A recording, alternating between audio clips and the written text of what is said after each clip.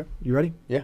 In life, there are three things you shouldn't talk about: money, politics, and religion. So today I'm going to talk about religion. I was born and raised Muslim. I prayed 5 times a day, and on Ramadan I fasted for 10 years. I was taught Islam was the only way to heaven, and I believed it. Then I started making non-Muslim friends. Christians said Jesus is the Son of God and is the way to heaven. Jews said they were the chosen one. Hindus said there's not one God, there are millions. And my atheist friends made fun of all of us. The more people I met, the more I realized everyone thinks their religion is right. And if one is right, then fundamentally everyone else is wrong, including me. That is when I stopped believing in religion and continued my belief in the idea of God, and decided to create my own religion. It's called Nazism.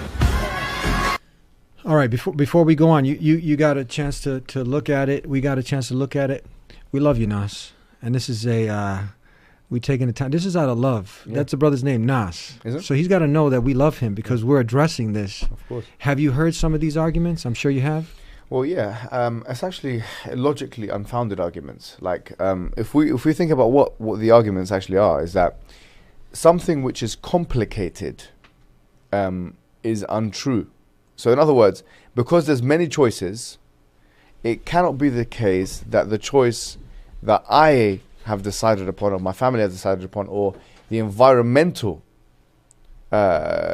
situation has put me in, is the correct choice. There's a few fallacies associated with this. The first one is the genetic fallacy. Just because something comes from a certain place, it doesn't mean it's right or wrong. It just means it just comes from a certain place. Just because there are so many options of religions, or let's say there are 6 major world religions, it doesn't mean that, okay, one is right, all of them must be wrong. There's actually no argument against religion there. Then what he says about actually making his own religion is actually an ignorance of what is religion anyways, or what is religion trying to establish for the human being. Haven't you compounded the problem of man-made religions already? Yeah, that's a good point. That's a really good point. I'm just going to make my own religion. Yeah, so if the issue is that religion is man-made, then absolutely you've just exacerbated that issue, because you've just now made another man-made religion. A true religion, for the most part, usually is one which refers to an ultimate truth coming from a deity, or an entity which claims to be a god. Now, Islam claims to be that, and we would say that if you apply logic, rationalism, and also your own predisposition, you'd be most inclined to the Islamic model than any other model. You making your religion doesn't solve any problems.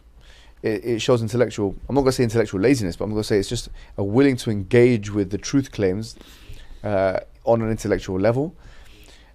It's a good thing that you're critical, but your criticality has led you to something which is really a waste of time, in my opinion, obviously.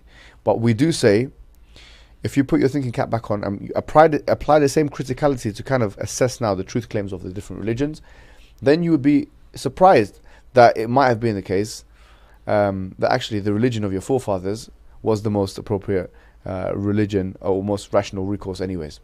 We got a question coming in here saying, what would you say about a person who just wants to be accepting of others and not be constrained by the rules of religion? What I would say to someone like that is that if you don't want to be constrained by the rules of religion, you'll be constrained by something else. Rousseau, who's a French philosopher, says man is born free but everywhere in chains. Man is born free but everywhere in chains. You think you won't be constricted by the social and economic reality around you? You will be, and you are. And that is the reality. That's what I would say to them. I'll say to them, religion is not something which is actually is confining. It's confining on a superficial level.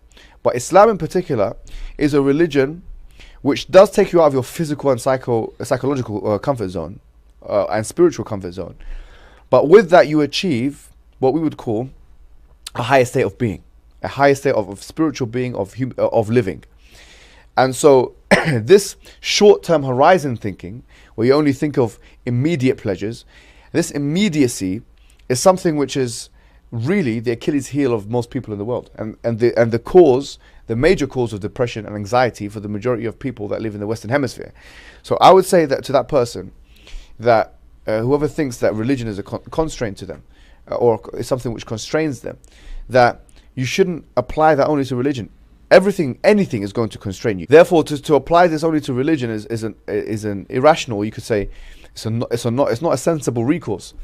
And I will say to them also that Islam, spiritually, it gives meaning to everything you do in life. And that's why I really love this hadith of the Prophet Muhammad ﷺ, which is narrated by Suhaib in Sahih Muslim, where he says, عَجَبًا لِأَمْرِ الْمُؤْمِنِ. He says, wondrous is the affair of the believer.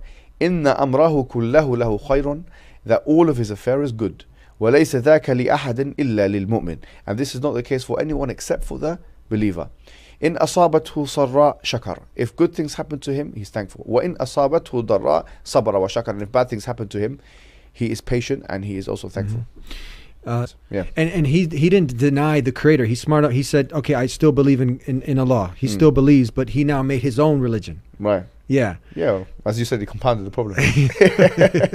Yeah. And many people, they'll say, I don't believe, and that's the argument someone like maybe him will make or other people have made. I don't believe in a disorganized, any organized religion, right? Yeah. So I'll often tell people, what, you believe in a disorganized religion? Of course, if the creator made you, isn't he the most wise? Absolutely. Isn't he going to have a system for you to live by? Does the person create a company and not have everything laid out, a blueprint, how it needs to run? That doesn't make sense. That's right. Is your creator the most wise? So we do these things, but then we attribute, why the human being attributes foolishness to God. If you really think about what they're saying, it doesn't actually make any sense. It doesn't make any sense, but they think they're the most logical. Yeah, they say we don't believe in organized religion. Let's actually break it down. What does the word organized mean? Organized is where you try and find a pattern, or you see something kind of laid out, structured in a certain way. You might not believe in organized religion, but you've organized your thoughts to live your life with certain precepts and concepts that you live your life by. And whatever you call that, if you want to call that religion, if you want to call that a way of life, if you want to call that your own ideology, your own religion, that is an organizational structure or a framework which you use to live your life. That's why the Quran says, أَفَرَأَيْتَ مَنِ اتَّخَذَ إِلَهَهُ هَوَاهُ. Have you seen the one who has taken his God, his desires as his God? Bam. You know, so in other words, you don't want to take Allah as your God. Once again, going back to Rousseau, man is born free but everywhere in chains. You'll take away the chains of, let's say, organized religion, and strap on the chains of your own framework that you've created, which might deify in a conscious or Freudian unconscious way your own desires. As Jeremy Bentham was one of the philosophers that said that, and this is really interesting because Bentham came before a man called John Stuart Mill, who refined liberalism. Jeremy Bentham said that, and I can remember reading this for the first time in his book on utilitarianism or something like this, his book is called. He said, you have two gods. You have pain and pleasure.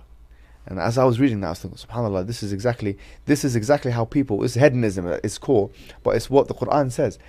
The hadith says, Ta'is abd dinari dirham, that may the abd, the slave of the dinar and the dirham, which are two currencies, i.e. money. And it's there. What other advice do you have for Nas and other people who are struggling? I would say, look, I mean, one piece of advice, keep it very simple here. You know, we say 17 times a day, at least, we say, you know, ihdina siratal mustaqim, that guide us to the straight path. If you do believe in a God, you said you believed in a God. If you do actually believe in a God, then I would actually advise you to ask that God to guide you. Because in the Quran it says, فَإِذَا سَأَلَكَ عِبَادِي عَنِّي فَإِنِّي قَرِيبٌ وَجِيبُ دَعْوَةَ الدَّاعِ إِذَا دَعَانِ. That if my servant asks me, then I am near. That I answer the call of the caller when he calls. Well, he also says in chapter 92 of the Quran, it says, إِنَّ عَلَيْنَا لَلْهُدَى. That certainly upon us is guidance. So there's two things you need to remember. If you are sincerely looking for truth, ask God for guidance, and it's upon Him to guide you.